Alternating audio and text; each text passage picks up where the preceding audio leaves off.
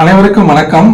Tamil Nadu cooperative societies act 1983 அதனுடைய important section 74 என்னன்னா recruitment of employees, அதாவது ரெக்ரூட்மெண்ட் பீரோஸ். இப்போ எஸ்ஆர்பி ஸ்டேட் ரெக்ரூட்மெண்ட் பீரோ, district recruitment பீரோ TRP, இதை பற்றின செக்ஷன் தான் செக்ஷன் 74.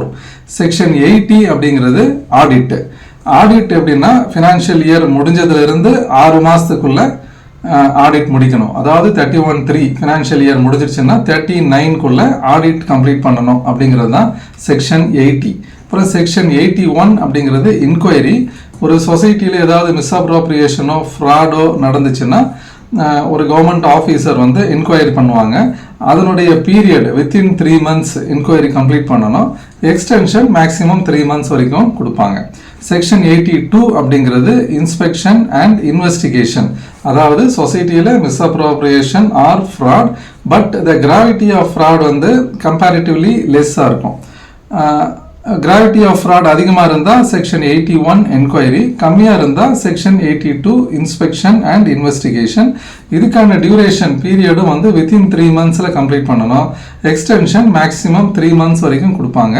செக்ஷன் 83 என்னன்னா inspection by financing bank.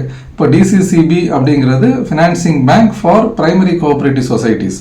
Primary cooperative societies உடைய புக்ஸை போய் இன்ஸ்பெக்ட் பண்ணுற அதிகாரம் வந்து செக்ஷன் 33ல ஃபினான்சிங் பேங்க்குக்கு இருக்குது.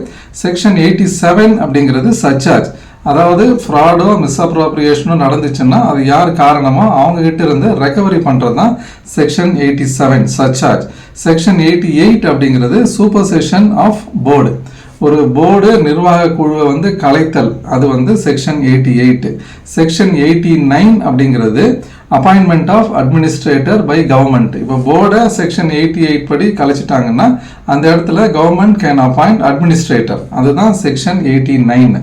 செக்ஷன் 90 அப்படிங்கிறது டிஸ்பியூட்டு, தாவா, ஆர்பிட்ரேஷன் இதெல்லாம். இது வந்து எப்படின்னா அந்த சொசைட்டிக்கும் மெம்பர்ஸ்க்கும் இடையில ஏதாவது டிஸ்பியூட், லோன் வாங்கியிருப்பாங்க, லோனுடைய இன்ட்ரெஸ்ட் கால்குலேஷனில் தப்பாக இருக்கும், இல்லை திருப்பி கட்டியிருக்க மாட்டாங்க. இந்த மாதிரி சமயத்தில் சொசைட்டி கேன் ஃபைல் ஆர்பிட்ரேஷன், அந்த மெம்பர்ஸ் மேலே ஆர்பிட்ரேஷன் ஃபைல் பண்ணுறது தான் செக்ஷன் 90.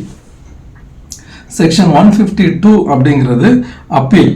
இது என்னன்னா செக்ஷன் 87 அந்த சர்சார்ஜ், செக்ஷன் 90 ஆர்பிட்ரேஷன், இந்த மாதிரி இதில் டெப்டி ரெஜிஸ்ட்ரார் ஒரு ஆர்டர் போட்டாருன்னா அந்த ஆர்டருக்கு அகெயின்ஸ்டாக கோர்ட்டுக்கு போகிறது அப்பீல்.